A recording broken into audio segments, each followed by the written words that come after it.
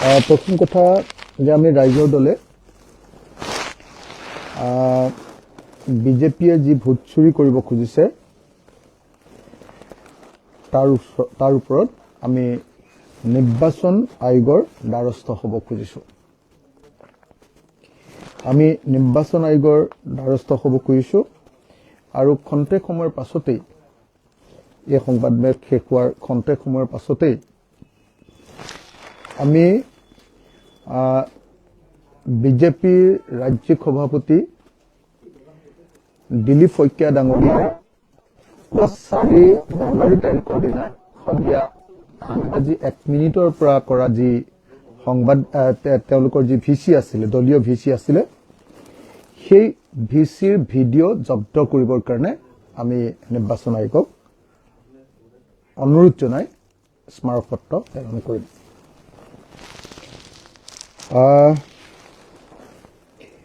মই আকৌ এবাৰ ৰিপিট কৰি লৈছোঁ যে যোৱা 4 তাৰিখৰ দিনা বিজেপিৰ ৰাজ্যিক সভাপতিয়ে অসমৰ বহু সংখ্যক মন্ত্ৰী, বিজেপি দলৰ MLA, জিলা সভাপতি তেওঁলোকৰ আৰু তেওঁলোকৰ BLA1ৰ লগত তেওঁলোকে ভিডিঅ' কনফাৰেন্স কৰিছিলে আৰু সেই ভিডিঅ' কনফাৰেন্স মই সম্পূৰ্ণৰূপে শুনি থাকিবলৈ সুযোগ লাভ কৰিছিলোঁ। মই 4 জানুৱাৰী তাৰিখৰ দিনা বিজেপিৰ উজনি অসমৰ এজন ডাঙৰ নেতাৰ লগত 7:30 বজাৰ পৰা বহি আছিলোঁ। তেখেতৰ লগত একেলগতে চাহ খাইছিলোঁ আৰু ৰাতিৰ আহাৰো গ্ৰহণ কৰি আছিলোঁ আৰু ৰাতিৰ আহাৰ গ্ৰহণ কৰি থকাৰ সময়তে দিলীপ শইকীয়া ডাঙৰীয়াৰ গোটেই ভিডিঅ' কনফাৰেন্সটো মই সম্পূৰ্ণৰূপে শুনিবলৈ পাইছিলোঁ। দিলীপ শইকীয়া ডাঙৰীয়াই যেতিয়া কথাখিনি কৈ আছিলে মোৰ এনেকুৱা লাগিছিলে যে মোৰ কাণখনক মই বিশ্বাস কৰিম নে নকৰিম এনেকুৱা লাগিছিলে। তেখেতে অতি স্পষ্ট ভাষাৰে কৈছিলে যে মন্ত্ৰী অশোক সিংঘালক 60টা বিধানসভা সমষ্টিৰ ভোটাৰ তালিকা বদলাই দিবৰ কাৰণে ভোটাৰৰ নাম কৰ্তন বা ভোটাৰৰ নাম সোমোৱাবৰ কাৰণে দায়িত্ব দিয়া হৈছে আৰু অশোক সিংঘালে সেই কামটো নীৰৱে কৰি আছে বুলি তেখেতে তাত ঘোষণা কৰিছিল। তাৰ পাছত তেখেতে বিধায়কবিলাকক আৰু জিলা সভাপতিবিলাকক গালি দিছিলে যে তোমালোকে এছআৰটো শব্দটো এছআৰ বুলিয়ে কৈছে, এছআৰক কিয় তোমালোকে গুৰুত্ব দি লোৱা নাই। অহা 12 তাৰিখৰ ভিতৰত যিবিলাক বুথ কমিটিত বিজেপিক ভোট নিদিয়ে সেই বুথ কমিটিবিলাকৰ ভোট নিদিয়া ভোটাৰ তালিকাবিলাক 12 তাৰিখৰ ভিতৰত জমা দিব লাগিব বুলি তেওঁ কঠোৰ নিৰ্দেশ জাৰি কৰিছিলে।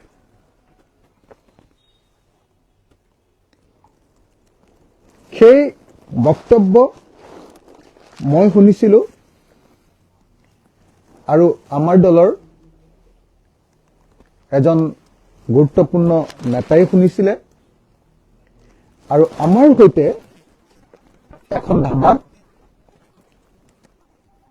বিজেপি দলৰ এজন নেতা, মই তেওঁলোকৰ পদবীবিলাক ক'ব খোজা নাই কাৰণ তেতিয়া তেওঁ আক্ৰোশৰ বলি হ'ব, বিজেপি দলৰ এজন নেতা আমাক সেই ভিডিঅ' কনফাৰেন্সটো শুনাই আছিল।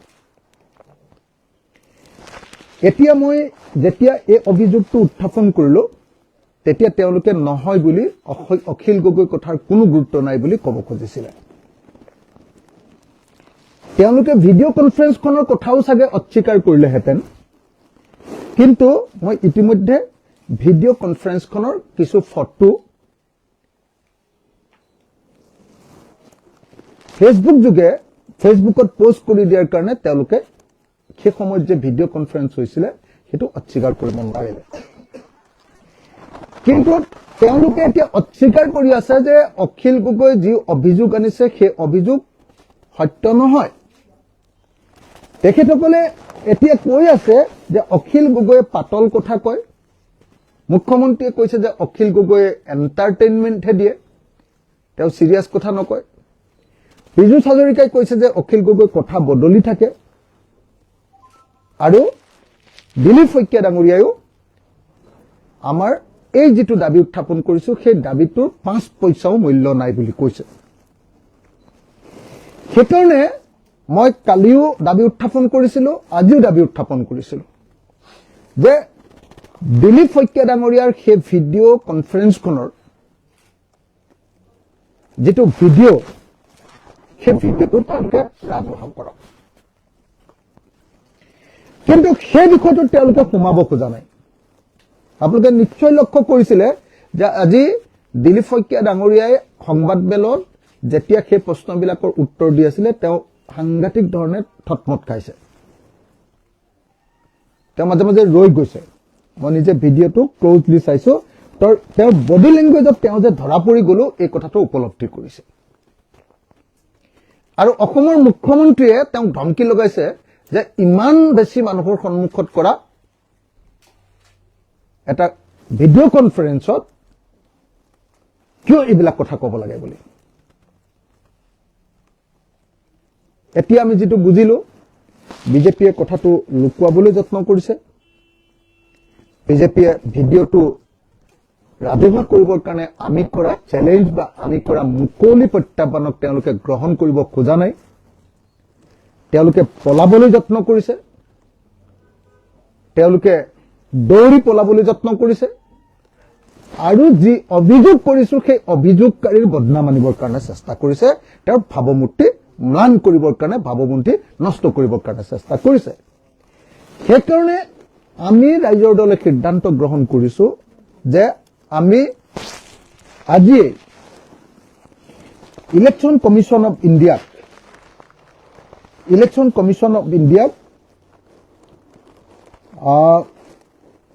Chief election commission of India তেখেতক আমি formal complaint regarding the allegation conspiracy to illegally delete 10,000 opposition votes per constituency in Assam ahead of 2026 assembly election বুলি আমি এখন মেমোৰেন্ডাম লিখিছো আৰু চিফ ইলেকশ্যন কমিশ্যন অফ ইণ্ডিয়াক আমি দাবী উত্থাপন কৰিছো যাতে সেইদিনাৰ যেটো ভিডিঅ' কনফাৰেন্স হৈছিল 4 তাৰিখৰ সন্ধিয়া 8:01 পৰা হোৱা যেটো ভিডিঅ' কনফাৰেন্স সেই ভিডিঅ' কনফাৰেন্সৰ ভিডিঅ'টো যাতে জব্দ কৰা হয় প্ৰথম অৱস্থাত আমি ইলেকশ্যন কমিশ্যনৰ ওচৰলৈ যাম আমি জানো যে ইলেকশ্যন কমিশ্যনৰ সহযোগত গোটেই ভাৰতবৰ্ষত বিজেপিয়ে এই কামটো কৰি আছে আমি সকলোৱে জানো যে ইলেকশ্যন কমিশ্যনৰ সহযোগত বিজেপিয়ে এই কাম কৰি আছে গতিকে ইলেকশ্যন কমিশ্যন অফ ইণ্ডিয়াই বা চিফ ইলেকশ্যন কমিশ্যন অফ ইণ্ডিয়াই যে কমিশ্যনাৰে যে এটা নকৰিব তেওঁলোকৰ ওপৰত যে একশ্যন নলব সেইটো আমি জানো আৰু যদি একশ্যন নলয় তেতিয়া হলে আমি ন্যায়ালয়লৈ যাবৰ কাৰণে সাজু হৈছো আমি অচিৰে আদালতলৈ যাম আৰু এই বিষয়টোক লৈ তেওঁলোকক আমি প্ৰত্যাহ্বান জনাম আদালতত আৰু মই দিলীপ শইকীয়া আৰু হিমন্ত বিশ্ব শৰ্মাক কেৱল প্ৰত্যাহ্বান জনাইছো যাতে এই যেটো ভিডিঅ' কনফাৰেন্স হৈছিল সেই ভিডিঅ' কনফাৰেন্সৰ ভিডিঅ'টো যাতে নাইকিয়া কৰি নিদিয়ে মই তেওঁলোকক আহ্বান জনাইছো আৰু যদি নাইকিয়া কৰি দিয়েতো তেতিয়াহলে দেখে প্ৰমাণ হৈ যাব ইমান ডাঙৰ এলিগেশ্যন অনাৰ পাছত তেওঁলোকক মই ৰাজহুৱা কৰিবলৈ কলো তেওঁলোকে ৰাজহুৱা নকৰে মোৰ ওপৰত আলটু ফালটু কথা কৈ আছে এতিয়া ৰাজহুৱা নকৰাৰ পাছত এবাৰ মই আহ্বান জনাইছো যাতে সেই ভিডিঅ'টো তেওঁলোকে নষ্ট কৰি নাপেলায় ডেষ্ট্ৰয় কৰি নাপেলায় কাৰণ আমি ইলেকশ্যন কমিশ্যন অফ ইণ্ডিয়াক সেই ভিডিঅ'টো জব্দ কৰিবৰ কাৰণে ইমিডিয়েটলি আমি মেমোৰেন্ডাম দিম আজিয়ে আৰু যদি ইলেকশ্যন কমিশ্যন অফ ইণ্ডিয়াই এটো ব্যৱস্থা গ্ৰহণ নকৰে তেতিয়া হলে অচিৰে আমি ন্যায়ালয়ৰ দ্বাৰস্থ হ'বৰ কাৰণে সিদ্ধান্ত গ্ৰহণ কৰিছো আৰু সেই কাৰণে মই অসমৰ মুখ্যমন্ত্ৰী আৰু বিজেপিৰ সভাপতি প্ৰত্যাহ্বান জনাই কৈছো যে আপোনালোকে এতিয়া যাতে হিমন্ত বিশ্ব শৰ্মাই যেনেকৈ আপোনাৰ থানাৰ পৰা তেওঁ কেছবিলাকৰ চাৰ্জশ্বিট নাইকিয়া কৰি দিলে, কোৰ্টৰ পৰা তেওঁ কেছবিলাকৰ চাৰ্জশ্বিট নাইকিয়া কৰি দিলে, এতিয়া যাতে এই গোটেই কাণ্ডটোৰ দিলীপ শইকীয়াই কৰা যিটো ভিডিঅ' কনফাৰেন্স, সেই ভিডিঅ' কনফাৰেন্সটোৰ ভিডিঅ'টো যাতে নাইকিয়া কৰি নিদিয়ে তাৰ কাৰণে মই আহ্বান জনাইছো। আৰু যদি ভিডিঅ'টো নাইকিয়া কৰি দিয়ে, এই বিতৰ্ক হোৱাৰ পাছত যদি ভিডিঅ'টো তেওঁলোকে ডিলিট কৰি দিয়ে, উদ্ধাৰ কৰাৰো ব্যৱস্থা আছে, কিন্তু আমি চৰকাৰে নকৰিলেতো সেইটো আমি কৰিব নোৱাৰিম। তো গতিকে যদি ডিলিট কৰি নিদিয়ে তাৰ কাৰণে মই আহ্বান জনাইছো। আৰু ডিলিট কৰি দিলে আমি বুজি পাম যে আচলতে তেওঁলোকে ভয় খাই এইটো নাইকিয়া কৰি দি বাচিবৰ কাৰণে চেষ্টা কৰিছে। এতিয়া আমাক কৈ আছে, দিলীপ শইকীয়াৰ কথাবিলাক শুনিলে আপোনালোকে বুজি পাব যে তেখেতসকলে মই যে কথাখিনি শুনি আছো তেখেতসকলে খুব ভালকে বুজি পাইছে। সেইকাৰণে কৈছে যে আমুকৰ হেৰিয়াৰ পৰা, আমুকৰ মোবাইলৰ পৰা শুনিছে, তামুকৰ মোবাইলৰ পৰা শুনিছে, আমুকৰ পৰা তেওঁ মানে আপোনাৰ আমুকৰ তাত বহি আছিলে, এইবিলাক কথা কৈ আছে তেওঁ। মই দেখিছো এতিয়া তেওঁ কৈ আছে। যদি তেওঁ সেইবিলাক কথা কোৱাই নাই তেতিয়াহ'লে মই কোৱা কথাটো একেবাৰে মিছা বুলি কৈ তেওঁ আমি ভিডিঅ'টো ৰিলিজ কৰি দিছো, তুমি কিয় মিছা কথা কৈছিলা, তুমি MLA হিচাপে পদত্যাগ কৰা বুলি ক'ব লাগে। আৰু মই দিলীপ শইকীয়াক আহ্বান জনাইছো, তেওঁতো খুব হেৰিয়াত বিশ্বাস কৰে ন, ধৰ্মত বিশ্বাস কৰে ন, বহুত ধৰ্মত বিশ্বাস কৰে, তেওঁ সনাতন সনাতন সনাতন কৈ থাকে নহয়। অসমৰ মুখ্যমন্ত্ৰী আৰু দিলীপ শইকীয়া এওঁলোক দুজনে বহুত ধৰ্মৰ বিশ্বাস কৰে নহয়। এই সনাতন ধৰ্মৰ এই দুজন, হিন্দু ধৰ্মৰ এই দুজন ৰাজনীতিকক মই প্ৰত্যাহ্বান জনাইছো যে এইটো কথা মিছা বুলি, মই কোৱা কথাটো মিছা, আচলতে দিলীপ শইকীয়াই এইকেইটা কথা পতা নাই বুলি মোৰ লগত দিলীপ শইকীয়া আৰু হিমন্ত বিশ্ব শৰ্মাই মা কামাখ্যাৰ মন্দিৰলৈ আহক। তেওঁলোকে মা কামাখ্যা মন্দিৰৰ সন্মুখত তেওঁলোকে খুব বিশ্বাস কৰে নহয়। মইতো ক'লোৱে যে আদালতলৈ যাম, মইতো ক'লো যে ইলেকশ্যন কমিশ্যন অফ ইণ্ডিয়াৰ ওচৰলৈ আজি আমি যাম, কিন্তু একেটা সময়তে মই তেওঁলোকক সনাতন ধৰ্ম বা হিন্দু ধৰ্মত বিশ্বাস কৰা একদম ধৰ্মীয় গুৰুকেইজনৰ নিচিনা নহয় জানো তেওঁলোক। গতিকে তেওঁলোকে নিশ্চয় মা কামাখ্যাক মিছা কথা নকব। গতিকে মই প্ৰত্যাহ্বান জনাইছো যে কালিলৈ বা পৰহিলে, মই কাইলৈ অন্ততঃ গুৱাহাটীত আছো, গতিকে দিলীপ শইকীয়াই হওক বা অসমৰ মুখ্যমন্ত্ৰীয়ে হওক মোৰ লগত মা কামাখ্যাৰ মন্দিৰলৈ আহক। আমি শপত খাম আৰু তেওঁলোকেও শপত খাব। মই কথাটো শুনাটো হয় আৰু সঁচা কথা বুলি শপত খাম, আৰু তেওঁলোকে অখিল গগৈৰ কথাটো মিছা, এইটো কথা পতা নাই বুলি তেওঁলোকে শপত খাই অসমৰ ৰাইজৰ সন্মুখত দুধ কা দুধ পানী কা পানী কৰি দিবলৈ ওলাই। আচলতে মই ইমান ডাঙৰ অভিযোগটো অনাৰ পাছত যদি মিছা কথা ক'লেহেঁতেন তেতিয়াহ'লে তেওঁলোকে ক'লেহেঁতেন যে ভিডিঅ' ৰিলিজ কৰি দিছো, চাই লোৱা, এইটো মিছা কথা কৈছে। আৰু মই যদি মিছা কথা কৈছো বুলি প্ৰমাণিত কৰিব পাৰে এই ভিডিঅ'টো ৰিলিজ কৰি মই আজিয়ে বিধানসভাৰ সদস্য পদ ত্যাগ কৰিম। যি সময়ত তেওঁলোকে এই ভিডিঅ'টো ৰিলিজ কৰি এইটো মিছা বুলি প্ৰমাণিত কৰিব, মই সেইদিনাই বিধানসভাৰ সদস্য পদ ত্যাগ কৰিম। আৰু সদস্য পদ ত্যাগ কৰাই নহয়, ভাবিব পাৰে যে এমাহ আছে, দুমাহ আছে, সদস্য পদ ত্যাগ কৰিলে কি হ'ব।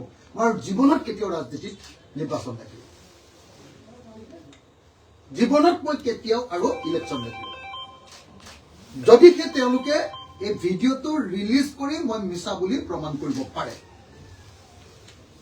মই সামাজিক জীৱন একেবাৰে ত্যাগ কৰি দিম আৰু কোনোদিন জীৱনত ইলেকশ্যনে নেখেলো, বিধায়কত নুঠোৱে, এদিনো নুঠো মই ইলেকশ্যনত। তেতিয়া তেওঁলোকে যদি প্ৰমাণ কৰি দিয়ে, তেওঁলোকে ভিডিঅ'টো ৰিলিজ কৰি খালি প্ৰমাণ কৰি দিয়ে। মই তিনিটা কথা ক'লো আপোনালোকক। এক নম্বৰ, মই ক'লো যে আজি আমি ইলেকশ্যন কমিশ্যনৰ ওচৰলৈ এতিয়া মেমৰেণ্ডাম দিম। আমি মেমৰেণ্ডাম লিখি শেষ কৰি লৈছো। মেমৰেণ্ডাম আমাৰ ড্ৰাফটিং হৈ গ'ল। অলপ সময়ৰ পাছত আমি chief election commissioner, election commission of India memorandum দিম যে এওঁলোকৰ 4 তাৰিখৰ 8:01 পৰা হোৱা যিটো ভিডিঅ' কনফাৰেন্স, তাৰ ভিডিঅ'টো জব্দ কৰিব লাগে। এইটো হ'ল আমাৰ মেমৰেণ্ডামৰ বিষয়। আৰু এছআৰ প্ৰক্ৰিয়াত যিটো গোটেই অসমত এতিয়া সাংঘাতিক ধৰণে এণ্টি বিজেপি ভোটবিলাক নাইকিয়া কৰি দিবৰ কাৰণে, কৰ্তন কৰি দিবৰ কাৰণে আৰু নতুনকৈ বাহিৰৰ পৰা অহা মানুহক সোমোৱাবৰ কাৰণে চেষ্টা কৰিছে। এই প্ৰক্ৰিয়া যাতে কোনো পধ্যে বিহাৰৰ নিচিনাকে নকৰে তাৰ কাৰণে আমি আজি মেমৰেণ্ডাম দিম chief election commission of India. Number 1। Number 2, যদি চিফ ইলেকশ্যন কমিশ্যনাৰে একো নকৰে তেতিয়াহ'লে আমি কোৰ্টৰ দ্বাৰস্থ হ'ম, আমি আদালতৰ দ্বাৰস্থ হ'ম। 3 নম্বৰ মই প্ৰত্যাহ্বান জনাইছো যে যদিহে অসমৰ মুখ্যমন্ত্ৰী আৰু বিজেপিৰ সভাপতি দিলীপ শইকীয়াই মই মিছা কথা কৈছো বুলি প্ৰমাণ কৰিব পাৰে, তেওঁলোকৰ ভিডিঅ'টো ৰিলিজ কৰি, তেতিয়াহ'লে মই লগে লগে আজি ৰিলিজ কৰি আজি প্ৰমাণ কৰি দিলেই গোটেই ভিডিঅ'টো সেই সময়খিনিৰ মই আজিয়ে MLA হিচাপে পদত্যাগ কৰিম আৰু আজিৰ পৰা এফিডেভিট দি ৰাজহুৱা কৰি দিম যে মই জীৱনত আৰু কেতিয়াও ইলেকশ্যন দেখিম। আৰু চতুৰ্থ কথাটো হ'ল যে ইমানখিনি কৰাৰ পাছতো তেওঁলোকেতো আৰু লাংফাং কথা কৈ থাকিব। সেইকাৰণে তেওঁলোকে খুব ধৰ্মত বিশ্বাস কৰে নহয়। হিমন্ত বিশ্ব শৰ্মাটো একেবাৰে পাণ্ডাজনৰ নিচিনাই হেৰি পিন্ধি থাকে, ড্ৰেছ পিন্ধি থাকে, খুব ধৰ্মত বিশ্বাস কৰে। তেওঁলোক সনাতন ধৰ্মৰ হিন্দুত্ববাদী নহয়। গতিকে মা কামাখ্যাৰ মন্দিৰলৈ যাওঁ কাইলৈ, অসমৰ মুখ্যমন্ত্ৰী ওলাওক, যিকোনো সময়ত মই ৰাজহুৱাকে প্ৰত্যাহ্বান জনাইছো। আৰু দিলীপ শইকীয়া ওলাওক, কাইলৈ মা কামাখ্যাৰ মন্দিৰত মোৰ কথাটো মিছা বুলি তেওঁলোকে ক'ব পাৰিলে হৈ গ'ল। তেওঁলোকেও কওক আৰু মোৰ কথাটো সঁচা নে মিছা মই কওঁ। মই হিন্দু ধৰ্মৰ মানুহ, তেওঁলোকো হিন্দু ধৰ্মৰ মানুহ। মই ইমান ধৰ্মত লাগি নাথাকো, তেওঁলোক বেছিকে ধৰ্মত লাগি থাকে। গতিকে চবেই শপত খাম, আহক ইমান ধৰ্ম কৰি থাকে। এইখিনিয়ে কথা, ধন্যবাদ। দিলীপ শইকীয়াই আৰু এটা কথা কৈছিলে আজি, আপোনাক মিয়া ভোট বেংকৰ কাৰণেও মানে চব মোৰ শিৱসাগৰ সমষ্টিত এজনো এক পিছো মিয়া নাই, এক পিছো মিয়া নাই। মোৰ শিৱসাগৰ সমষ্টিত তেওঁলোকে আমাৰ শিৱসাগৰ সমষ্টিৰ পৰা বিজেপিক ভোট নিদিয়া ভোটাৰ কাটিবৰ কাৰণে অশোক সিংঘালক দায়িত্ব দি অশোক সিংঘালে মনে মনে শিৱসাগৰ ভ্ৰমণ কৰি গৈছে, ভ্ৰমণ কৰি আছে। গতিকে অপাৰেশ্যনটো ভ্ৰমণ কৰি আছে। আমাৰ শিৱসাগৰেই নহয়, মানে শিৱসাগৰ আজি সোণাৰী ভ্ৰমণ কৰি আছে, আপোনালোকে দেখিছে চাগে। তেওঁৰ কোনো চৰকাৰী ভ্ৰমণৰ কাৰ্যসূচী নাই। চাওক, যেতিয়া মই হুলস্থুল লগালো, এনে এতিয়া এখন প্লাষ্টিকৰ এখন কি কয় এখন ফ্লেক্স এখন লগাই থৈছে আমুক মিটিং বুলি। মনে মনে অকল সেই তালিকা আনিবলৈ গৈছে, বেলেগ একো নাই। MLA বিলাকৰ লগত বহি আৰু ডিষ্ট্ৰিক্ট প্ৰেচিডেণ্টজনৰ লগত বহি আৰু মণ্ডল বিজেপিৰ লিডাৰসকলৰ সভাপতিসকলৰ লগত বহি প্ৰত্যেকটো সমষ্টিৰে যিবিলাকক বিজেপিয়ে ভোট নিদিয়ে সেই ভোটাৰবিলাকৰ তালিকা আনিবলৈ গৈছে। মোৰ শিৱসাগৰতো একজনো মিয়া নাই। অসমীয়া জাতীয়তাবাদৰ প্ৰেৰণকেন্দ্ৰ হয়। মোৰ শিৱসাগৰত বা আপোনাৰ হেৰিয়াটোতো এজনো মিয়া নাই। আপোনাৰ কি কয়, আজি গৈছে যে এইটো সমষ্টি কি কয়, আমাৰ সোণাৰী সমষ্টিটোতো মিয়া নাই। তাৰ আগত তেওঁ গৈছে হেৰি সমষ্টি কি কয় এইটো ডিগবৈ সমষ্টিটোতো মই ক'তো মিয়া দেখা নাই। তাৰ পাছত তেওঁ গৈছে এই গগৈৰ সমষ্টিটো যে মুখ্যমন্ত্ৰীৰ লগত থাকে, কি গগৈ আমাৰ তৰংগ গগৈৰ সমষ্টিটোত, কি নাম কয় এইটো সমষ্টি, নাহৰকটীয়া সমষ্টিত গৈছে। এইবিলাক সমষ্টিত ক'ৰবাত মিয়া আছে নেকি? আমিতো জীৱনত মিয়া দেখিয়ে পোৱা নাই। আমাৰ ফালেতো জীৱনত আমি কেতিয়াও মিয়া দেখি পোৱা নাই। আমাৰ ফালে আপুনি চাওকগে, আপুনি যোৰহাট, শিৱসাগৰ, ডিব্ৰুগড়, তিনিচুকীয়া, আমি ধেমাজি, এই মানুহবিলাকে ক'ত আমি মিয়া দেখিছো? আমাৰ তাততো মিয়া নাই। তাত ক'ত মিয়াৰ ভোট কাটিবলৈ তোমালোক কৈছা? অশোক সিংঘালে ক'ত মিয়াৰ ভোট কাটিবলৈ গৈছে? যিজন অশোক সিংঘালে আজি চুতীয়া মানুহৰ সমষ্টিবিলাক নাইকিয়া কৰি দিলে, আহোম মানুহৰ সমষ্টিবিলাক নাইকিয়া কৰি দিলে ডিলিমিটেশ্যনৰ সময়ত, আমাৰ মৰাণৰ সমষ্টি নাইকিয়া কৰি দিলে, মটকৰ সমষ্টি নাইকিয়া কৰি দিলে, কোচ ৰাজবংশীবিলাকৰ সমষ্টি নাইকিয়া কৰি দিলে আৰু সমষ্টিবিলাক একদম বিজেপি কেন্দ্ৰিক কৰি দিলে। সেই মানুহটো এটা অচিনাকি মানুহ হয়নে নহয় আপোনালোকে নিজে কওক। হিমন্তই কৈ থকা হিমন্ত বিশ্ব শৰ্মাই কৈ থকা এজন বাহিৰৰ পৰা অহা অচিনাকি মানুহ হয়নে নহয়?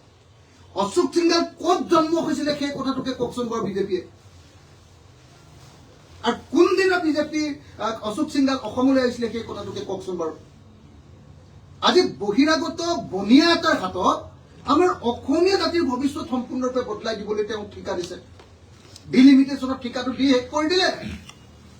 আপোনালোকৰ নিশ্চয় মনত আছে, তেওঁ লিখিছিলে কি কয়, মিছন একমপ্লিছড। এতিয়া আপোনালোকে দেখিব যে এই ভোটাৰ তালিকা সংশোধনী কৰাৰ পাছতো তেওঁ আকৌ লিখিব মিছন একমপ্লিছড। তেওঁ কেতিয়া 60টা সমষ্টি, মই নিজ কাণেৰে শুনিছো যে 60টা সমষ্টিৰ ভোটাৰ তালিকা বদলাবলৈ অশোক সিংঘালক দায়িত্ব দিয়া হৈছে আৰু তেওঁ খুব মনোযোগেৰে সৈতে চাইলেণ্টলি সেই কামটো কৰি আছে। আৰু বাকীবিলাকক কৈছে যে তোমালোকে খালি এতিয়া তালিকা দিয়া, 12 তাৰিখৰ ভিতৰত দিয়া, য'ত য'ত বিজেপিয়ে ভোট নোলোৱা বুথ আছে সেই তালিকাখিনি দিয়া, আমি কৰি ল'ম। এইটো হ'ল এটা গোটেই দেশখনৰ সাংবিধানিক ব্যৱস্থাটোক ধ্বংস কৰাৰ তৰিকা। এইটো হ'ল গণতান্ত্ৰিক ব্যৱস্থাটোক ধ্বংস কৰি দিবলৈ কৰা প্ৰচেষ্টা। সেইটোৰ বিৰুদ্ধে যদি মই মাত নামাতো, আৰু সেইটোৰ বিৰুদ্ধে যদি মাত মাতোতে মোক কোনোবাই মিছলীয়া এণ্টাৰটেইনাৰ, এওঁৰ কথাৰ কি ভেলু আছে, 5 পইচাৰ মূল্য নাই, এনেকুৱা কথা যদি কয়, তেতিয়াহ'লেতো মই কি ক'ম আপোনালোকে নিজে কওক। মই সেইকাৰণে 5 পইচা ভেলু থকা, 5 পইচা নহয় 5 লাখ টকাৰ ভেলু থকা, মই সেইকাৰণে এই কৈ আপোনাৰ বিজেপিৰ সভাপতি দিলীপ শইকীয়াক মই আহ্বান জনাইছো, 5 লাখ টকাৰ ভেলু আছে আপোনাৰ কথাত, আহকচোন কাইলৈ কামাখ্যা মন্দিৰলৈ যাওঁ ৰাতিপুৱা। আপোনালোকে পুৰা বিশ্বাস কৰে, আপুনি নিশ্চয় মিছা কথা নক'ব, বলক। আৰু অসমৰ মুখ্যমন্ত্ৰীকো মই চেলেঞ্জ কৰিছো, আপুনি মোক এণ্টাৰটেইনাৰ বুলি কৈ আছেতো, গতিকে আহকচোন, বেলেগ কথাটো বাদেই দিয়ক, আপোনাক মই কামাখ্যা মন্দিৰত এবাৰ লগ পাওঁ, বলক। কামাখ্যা মাৰ সন্মুখত এবাৰ কথা পাতো, বলক। বহুত ধৰ্ম কৈ থাকে নহয়, আহকচোন। আপোনাৰ আটাইতকৈ প্ৰিয় জেগা বুলি কৈ থাকে নহয়, আহক কামাখ্যা মন্দিৰত আমি এবাৰ লগ হওঁ। ধন্যবাদ। আৰু এটা কথা, বহু সময় মুখ্যমন্ত্ৰীয়ে কৈ থাকে যে তেওঁৰ এজেণ্ট বিৰোধী দলসমূহত আছে, এতিয়া আপোনাৰো এজেণ্ট বিজেপিত আছে নেকি, যাৰ বাবে আপুনি এনেধৰণে ক'বলৈ? মানে সঁচা কথা ক'বলৈ গ'লে বিজেপিৰ এতিয়া কমেও 30 জন মান MLA এতিয়া অসন্তুষ্ট, মিছা কথা কৈ লাভ। আৰু ডেফিনেটলি সেই 30 জন MLAৰ ভিতৰত যথেষ্ট সংখ্যক কেইবাজনো MLA আমাৰ লগত যোগাযোগত আছে। এনেতো কৈ থাকি লাভ নাই, আৰু লোকদাক কৰি থাকি লাভ নাই। বোধহয় কেইজনমান MLA আমাৰ দলত যোগদান নকৰিলে নিৰ্বাচনৰ আগে আগে। গতিকে মই আপোনালোকক কৈছো যে এতিয়া বিজেপিৰ ভিতৰৰ খবৰ আমি সেইকাৰণে ভালকে পাই থাকো, সেইটো লোকদাক কৰি লাভ নাই। মই এইবিলাকত সোমাব নোখোজো বেছিকে। ডাঙৰ পলিটিকেল মিটিং দিছে আপুনি, যদি বিজেপিৰ চিটিং MLA ৰাইজৰ দলত যোগদান কৰে, মানে ইচ্ছা কৰিলে মই এসপ্তাহৰ ভিতৰত জইন কৰাই দিব পাৰো, কিন্তু সেইটো হলেতো মানুহটোক বৰবাদ কৰি দিব, সেই মানুহজনকটো বৰবাদ কৰি দিব। আজিৰ দিনটোত আপোনালোকে খবৰ লওক, অতি কমেও হিমন্ত বিশ্ব শৰ্মা আৰু দিলীপ শইকীয়াৰ ওপৰত অতি কমেও 30 জন বিজেপিৰ MLA অসন্তুষ্ট, 30 জন বিজেপিৰ MLA অসন্তুষ্ট। আৰু তেনেকুৱা অসন্তুষ্ট MLA বিলাকৰ ভিতৰত কেইবাজনেও, মই আপোনালোকক সংখ্যাটো নকওঁ, কেইবাজনেও আমাৰ লগত যোগাযোগত আছে, আৰু বোধহয় আমি তেওঁলোকক চিটো দিম, এজন দুজনক। সেইটো আপোনালোকক জনাই দিম। নিৰ্বাচনৰ আগে আগে অহা হ'ব। ডেফিনেটলি চিট ল'বলৈ হ'লেতো নিৰ্বাচনৰ আগত আহিব। এতিয়া বেছি সোনকালে কৰিলে সেই মানুহকেইটাক আকৌ কি কেছ লগাই ফচাই দিয়ে, কোনো গেৰাণ্টি নাই। তেওঁলোক বিজেপিক থাকি ভাল কাম কৰিছে, আপোনালোকে ৰাইজৰ দলে ল'ব যদি মানে আপুনি সমালোচনা কৰি থাকে। আপোনালোকে মানে যেতিয়া মানুহকেইজন দেখিব তাৰ পাছত আমি কথা পাতিম।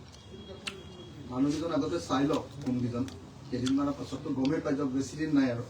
আমাৰ যদি চিটটো এই মাহৰ ভিতৰত কমপ্লিট হৈ যায় তেতিয়াহ'লে আহিয়ে যাব।